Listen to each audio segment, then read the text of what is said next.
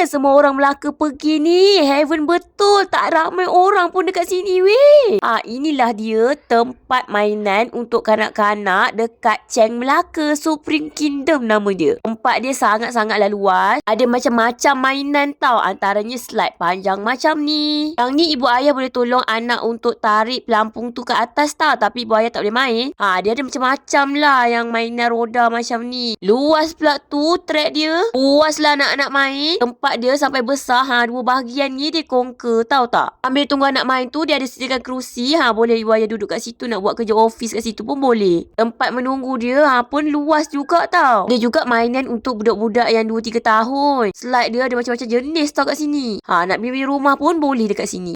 Jumping pun ada tau. Aku duduk dengan anak-anak aku sampai dekat 3 jam lah. Tak puas main lagi anak-anak aku tau. Ajak balik pun dia orang tak nak. Sini dia nak masuk. Dia pakai sistem scan muka tau. So korang boleh keluar masuk. Unlimited. Memang berbaloi lah. So kalau ibu ayah tak tahu nak bawa anak pergi mana, time pergi Melaka, korang boleh singgah kat sini dekat Cheng Supreme Kingdom Melaka. Ini aku pergi weekend tak ramai pun orang weh.